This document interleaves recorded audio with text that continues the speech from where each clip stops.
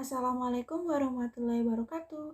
Hello everyone, kami dari kelompok 7 akan mempresentasikan tentang materi media pembelajaran reading. Berikut anggota kelompok 7 ialah yang pertama Gita Ayu Ardiawantana Putri, yang kedua Mimbar Karunia Lestari, dan yang ketiga Dwi Stianingsih. Oke, langsung ke slide pertama. Yang pertama ialah definisi reading. What is reading? Reading is defined as a cognitive process that involves decoding symbols to arrive at meaning. Reading is an active process of constructing meanings of words. Reading with a purpose helps the reader to direct information towards a goal and focuses their attention. Although the reasons for reading may vary, the primary purpose of reading is to understand the text. Reading is a thinking process. It allows the reader to use what he or she might already know, also called prior knowledge. During this processing of information, the reader uses strategies to understand what they are reading, uses them to organize ideas, and uses textual clues to find the meanings of new words. Jadi, reading itu atau membaca bisa didefinisikan sebagai proses kognitif yang melibatkan penguraian simbol-simbol untuk sampai pada makna. Membaca adalah proses berpikir. Tujuan utama membaca ialah untuk memahami sebuah teks atau teks. Selama pemrosesan informasi ini, pembaca menggunakan strategi untuk memahami apa yang mereka baca, menggunakan tema untuk mengatur ide, dan menggunakan petunjuk tekstual untuk menemukan arti kata-kata baru. Oke, selanjutnya ialah purpose of reading.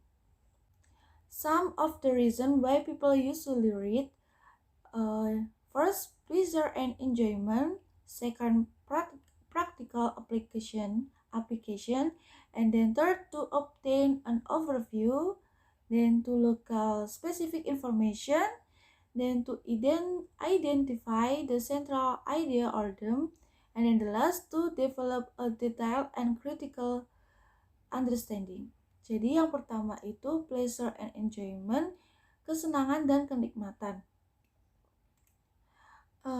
Jadi membaca ini dapat menghibur, bahkan membuat rileks. Namun ini tuh jarang menjadi tujuan dibalik membaca yang perlu dilakukan untuk tujuan akademis. Kemudian yang kedua ada practical application atau aplikasi praktis. Jadi di sini tujuannya untuk mendapatkan informasi yang dapat diterapkan atau digunakan dalam situasi praktis. Jadi buku-buku seperti manual laboratorium, komputer, instruksi, resep adalah semua teks yang dapat dikonsultasikan dengan tujuan mendapatkan informasi spesifik. Kemudian yang ketiga adalah to get an overview atau untuk mendapatkan ikhtisar. Jadi intinya di sini untuk memahami materi secara umum, untuk menentukan apakah materi tersebut relevan, berguna, mutakhir, dan untuk memahami bagaimana topik tersebut diperlakukan oleh penulis. Kemudian yang keempat, to locate specific information atau untuk menemukan informasi spesifik. Jadi membaca ini tujuannya mungkin untuk mencari salah satu dari berikut, yaitu kutipan tertentu, bukti untuk mendukung argumen tertentu, detail tentang orang atau peristiwa tertentu, sebuah peta, sebuah diagram, statistik atau tabel statistik. Kemudian yang kelima, to identify the central idea of the theme. Untuk mengidentifikasi ide sentral tema. Jadi tujuannya di sini adalah untuk mengekstrak esensi dari apa yang ingin disampaikan oleh bahan tertulis. Misalnya, ingin mengidentifikasi temuan utama dalam artikel eksperimental di jurnal atau isu inti dari masalah diskusi. Kemudian yang terakhir, to develop a detailed and critical understanding, untuk mengembangkan pemahaman yang mendetail dan kritis dalam banyak kesempatan. Jadi, ini perlu menguasai materi dalam buku, artikel jurnal, atau manual sehingga dapat mengevaluasi argumen, perspektif, dan buktinya. Jadi ini diharuskan untuk baca materi dengan saksama, buat catatan yang efektif dan relevan, dan kemudian tetap berpikiran terbuka dengan menyadari ide dan pendapat kalian sendiri mengenai isu yang terlibat. Oke, next is about tentang the benefit of reading. The benefit of reading in the first improve brain connectivity. Jadi manfaat dari membaca ialah meningkatkan konektivitas otak. And then the second, increase your vocabulary and comprehension, atau meningkatkan kosakata dan pemahaman kalian. Kemudian, and then the third, empowers you to empathize with other people. Jadi memberdayakan kalian untuk berempati dengan orang lain. And then the fourth, aids in sleep readiness, atau membantu kesiapan tidur. And then the fifth, reduce stress, jadi mengurangi stres. Dan yang ke-6, and then the sixth, lowers blood pressure and heart rate. Jadi di sini manfaatnya juga untuk menurunkan tekanan darah dan detak jantung. And then the seventh, fight depression symptoms, atau untuk melawan gejala depresi. And then the last, prevents cognitive decline as you age. Jadi mencegah penurunan kognitif seiring bertambahnya usia. Nah, selanjutnya adalah the strategies of reading. Strategi yang bisa kita gunakan saat mengajarkan reading.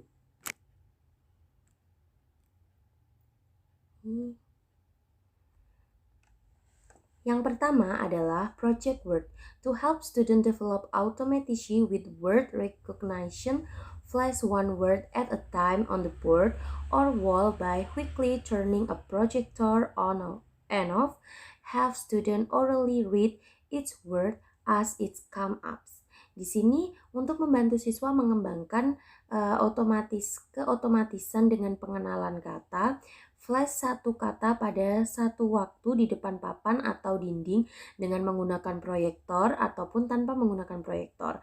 Lalu mintalah siswa membaca secara lisan dengan cepat kata yang sedang muncul atau kata yang ditampilkan. Yang kedua adalah repeat and speak. When asking students to write letter, word, or sentence, use the following process to engage multiple language skill at the same time. Say letter, word, or sentence twice. Have students repeat it back twice. Have them write it once, and finally have them read it aloud once. Di sini, saat meminta siswa untuk menulis huruf, kata, atau kalimat, gunakan proses berikut untuk melibatkan beberapa keterampilan bahasa secara bersamaan, yaitu ucapkan huruf, kemudian ucapkan kata, lalu yang ketiga adalah ucapkan kalimat sebanyak 2 kali, lalu mintalah siswa untuk mengulanginya sebanyak 2 kali, lalu menulisnya sekali. Dan yang terakhir adalah mintalah mereka untuk membacanya secara keras sekali saja. Yang ketiga adalah allow think time. When asking a question, allow enough think time for student to generate an answer. Strategi yang ketiga adalah saat kalian mengajukan pertanyaan, berikan waktu berpikir yang cukup bagi siswa untuk menghasilkan jawaban mereka. Yang keempat adalah short word. Have students short word from a story into part of speech. Di sini mintalah siswa mengurutkan kata-kata dari sebuah cerita menjadi bagian-bagian untuk pidato. Yang kelima adalah follow along. When students are following along as you read out loud, randomly stop at different place and ask the student to correctly complete each sentence. Ketika siswa mengikuti atau mendengarkan saat Anda membacakan suatu bacaan dengan lantang, berhentilah secara acak di tempat-tempat yang berbeda dan mintalah siswa untuk menyelesaikan setiap kalimat secara bersama-sama.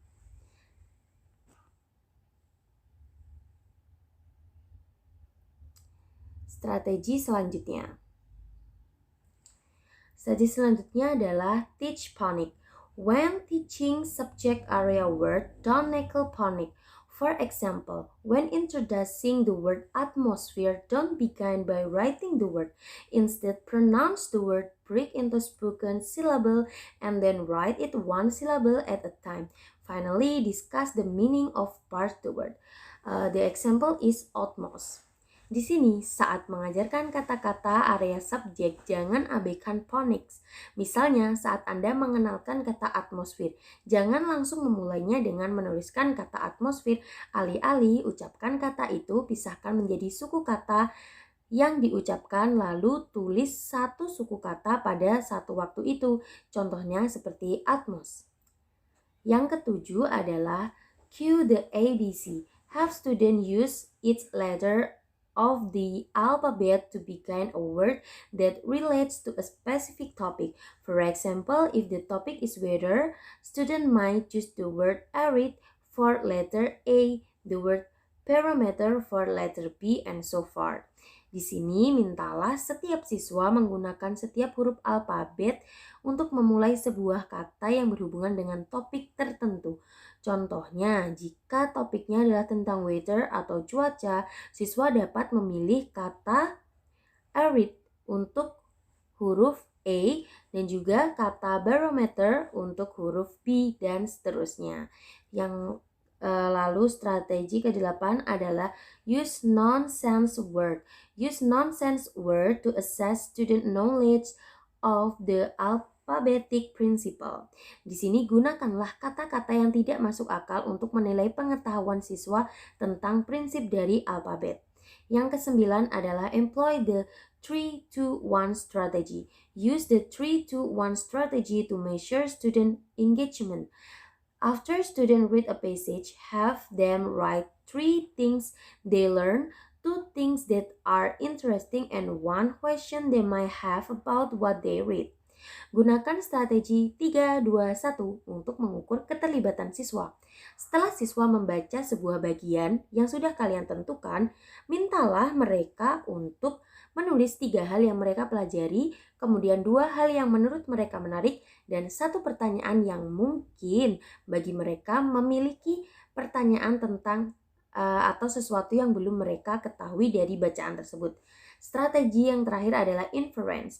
To teach inference, gather a suitcase full of objects and have students describe what the owner of the suitcase must be like based on inferences made from the items in the suitcase. Relate the activity to clue that the author give in a story or passage from which student can draw inferences. Strategi yang terakhir adalah yaitu inferensi. Contohnya, kalian dapat mengumpulkan suatu benda-benda ke dalam suatu koper. Jadi akan tersusun banyak vocabulary di sini. Lalu mintalah siswa mendeskripsikan seperti apa pemilik koper itu berdasarkan kesimpulan yang dibuat dari barang-barang di dalam koper. Lalu kaitkan kegiatan dengan petunjuk yang diberikan penulis dalam sebuah cerita atau bagian dari mana siswa dapat menarik kesimpulan dari cerita tersebut. Oke. Selanjutnya itu soal-soal dari buku IC ya. Nah, di sini kami mengambil tema going shopping. Nah, ini soal-soalnya ya, guys. Ini soal-soalnya.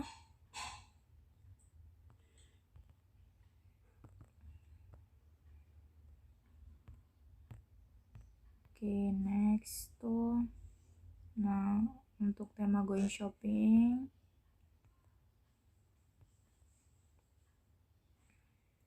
Nah, untuk soal-soalnya itu saya sudah input di aplikasi Kahoot. Nah, oke. Kita cek langsung ke aplikasi Kahootnya. Oke, untuk sebagai media pembelajaran kali ini kita bisa menggunakan aplikasi Kahoot untuk memudahkan murid kalian atau kalian ingin sharing-sharing kepada teman kalian soal-soal tentang reading yang ada di buku IC secara online. Kita bisa menggunakan aplikasi Kahoot. Nah, di sini saya sudah membuat soal-soalnya dari buku IC ya. Nah, di sini aku sudah kita coba play gamenya. Oke,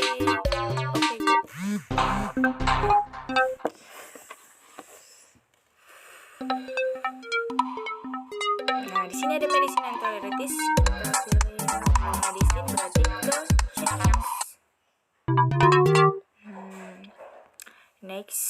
Next question. Cakes and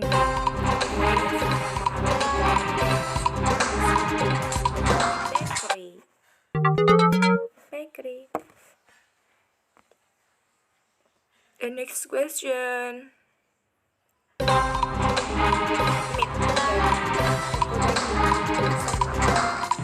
Butcher. Betul, butcher itu toko daging ya teman-teman. And next question. Clothes, cosmetic, and furniture. Kalau furniture, berarti di department store. Okay, next question.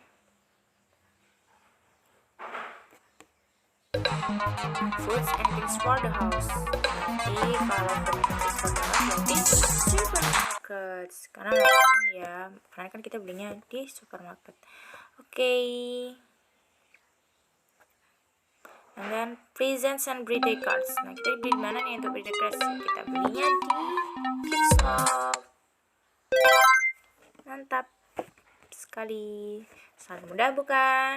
Nah, kita bisa membuat soal-soal ini lebih mudah jika kita mengoperasikannya secara offline. Nah, kita bisa membagikan linknya ya. Ini untuk share-nya kalian bisa di sini klik share. Nah, di sini untuk klik share-nya kalian bisa klik share di sini ya. Di sini share ke teman-teman kalian bisa melalui WhatsApp, Gmail, Google Classroom dan lain sebagainya. Oke guys, thank you for your attention. Aku harap kalian mengerti ya. Ini sangat mudah banget. Oke, terima kasih. Assalamualaikum warahmatullahi wabarakatuh.